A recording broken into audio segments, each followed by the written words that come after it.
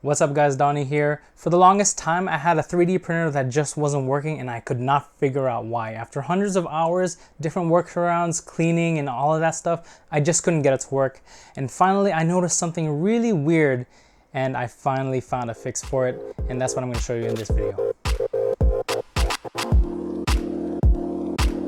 So I got my Ender 3 V2 about a year and a half ago when I wanted to make something very special for my daughter's birthday. I started making all the usual things. I made a lot of toys, I made a golden chocoboo, I made a Dogecoin coin when it was popping, and I also made some flower vases for my wife, you know, all the usual things that you would normally get on Thingiverse and all that. For my daughter, I got into Fusion 360 and started to make my own things. In this case, it was custom Mickey ears with her name and the date and all that stuff on the ears. So for a while I started noticing my prints were not as nice as they were coming out at first. It started to under extrude, or it wasn't adhering to the bed properly. It started silly stringing when the extrusion was too light, and then it just didn't adhere to the last layer. And I started to do a lot of research online about it, go on forums on YouTube, see what was the problem. A lot of people were saying it was under extruding because the nozzle was clogged or something was stuck inside, like different materials were mixing inside or something. So I started cleaning out the nozzles, right? The 4mm nozzles.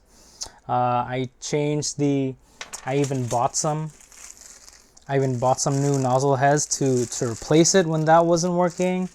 Of course, I got into bed leveling for a while.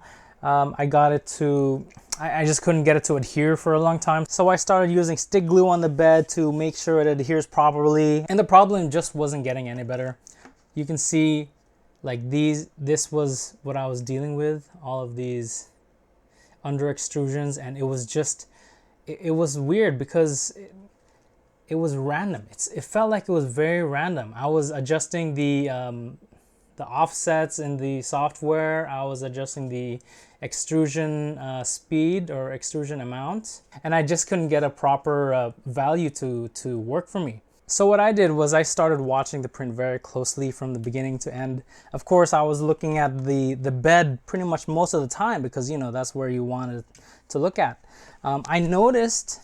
So for those of you who have run into this problem before with it under extruding, I'm sure you've seen this solution where you mark the filament here, and then you have it extrude 100 millimeters or so in through the machine just to get rid of it, and then see where the line ends up. If it is outside of this line here, then you know that it under extruded. If it's further in, or it's even in the nozzle, then it's over extruded, right? And then you would change the transmission ratio to be a higher number depending on like certain math factors to get that right. But the problem with my machine was it was all over the place. It would under extrude, it would over extrude, it would by 10 to 20 to 30 millimeters at a time, and I just could not figure out what the problem was. So I you know, you do the usual thing. Maybe you tighten the screw here so that it latches on to the filament better.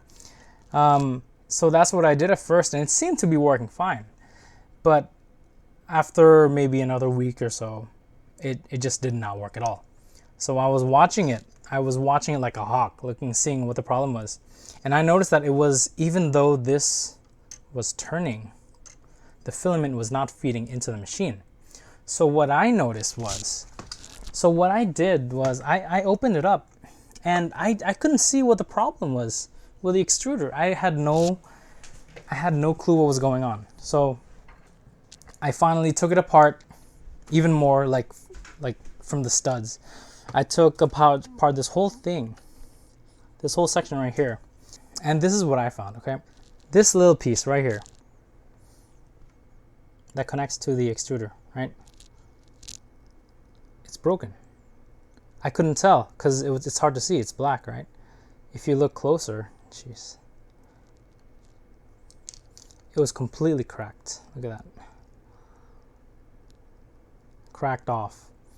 It was still a little attached, but it never came off completely. So no matter how tight you screwed it in, it was not latching on.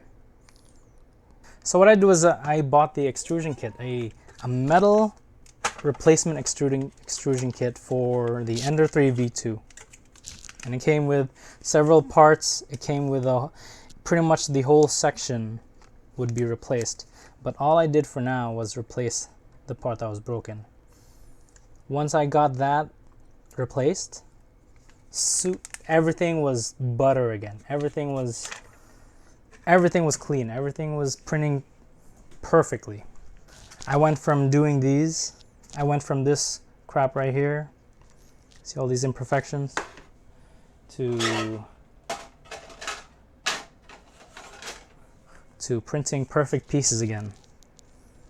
It's beautiful.